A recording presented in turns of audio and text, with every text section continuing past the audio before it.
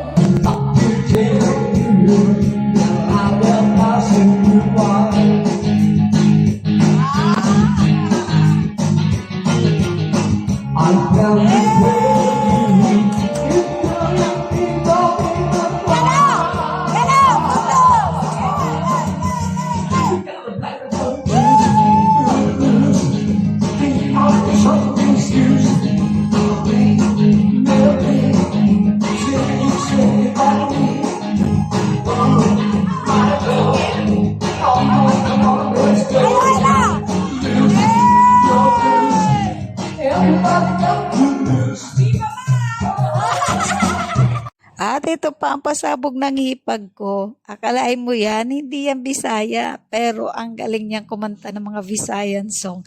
Talagang pinag-aaralan niya. Kaya naman masayang masaya kami at natutuwa kami pag kinanta na niya yan.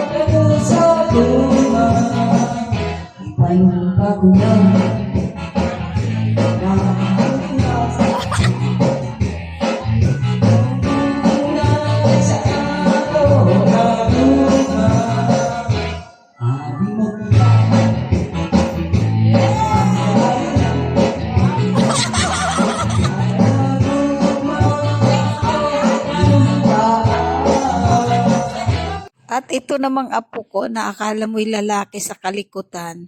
Huwag kapag nakakita at nakarinig yan na may nagkakantahan. Kung anong likot niyan, siya naman behave niyan. Pag meron na nagkakantahan, nakatitig na lang yan at nakikinig. At huwag ka, kumukumpas din ang kamay at paa niyan.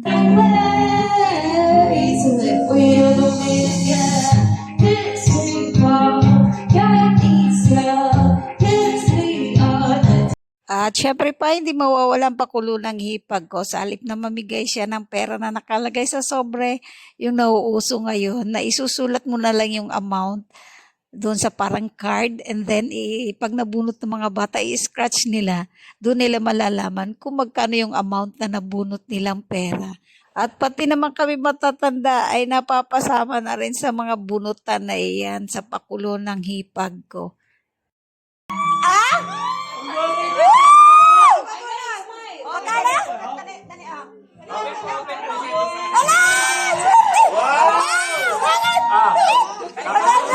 Oh, galing ni Chacha!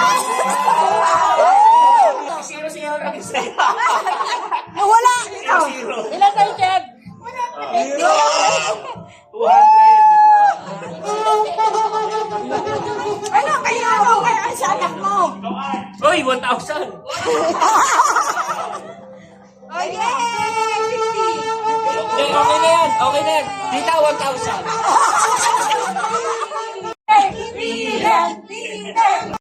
Kaya naman, eto na at bumunot na ang ating Santa Claus at kinash out na yung mga amount na na-scratch ng mga bata kung magkano. Ala, mamigay ka na dyan. I-cash out mo na yan. Doon naman sa mga pamangkin kung hindi nakarating, okay lang yon. Ang mahalaga, malakas at malusog tayong lahat.